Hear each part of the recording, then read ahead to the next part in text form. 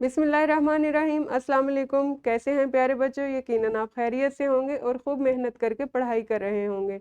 मैं हूं आपकी मौलमा मिस आयशा नवाज़ और हम पढ़े हैं उर्दू जमात सौम।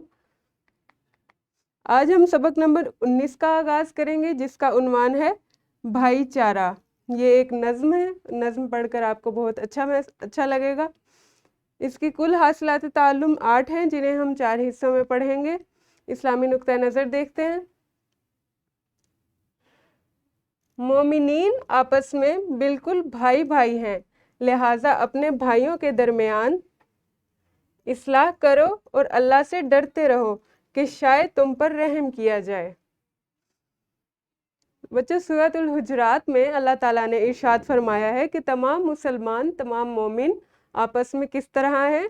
भाई भाई हैं, यानी हम एक दूसरे के तमाम मुसलमान आपस में भाई भाई हैं और हमें एक दूसरे के साथ इसी तरह से रहना चाहिए जिस तरह हम भाई आपस में रहते हैं। हमें अच्छा सलूक करना चाहिए और अच्छे रवैयों के साथ रहना चाहिए।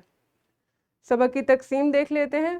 पहले हिस्से में हम पढ़ेंगे तज़कीर व तानीस का फ़र्क जुमलों में वाज़े कर सकें, सादा जुमलों को ज़माना माजी, हाल और मुस्तकबिल के लिहाज से तब्दील कर सकें।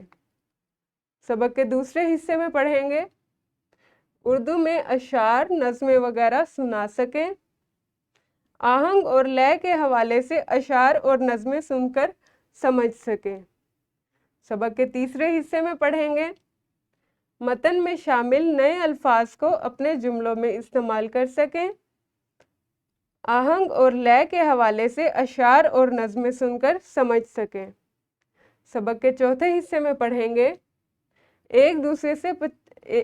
एक से 50 तक गिनती उर्दू हिंसों और लफ्ज़ों में लिख सकें, कोई मंजर या किसी मंजर की तस्वीर देखकर कम से कम 10 जुमला पर मुश्तमिल इबारत लिख सकें।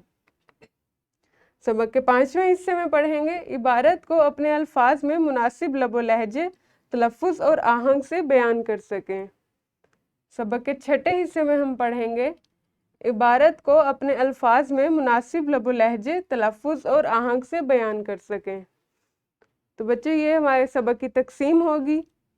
कल से सबक का बाकायदा आगाज़ करेंगे। अल्लाह हाफिज़, शुक्रिया।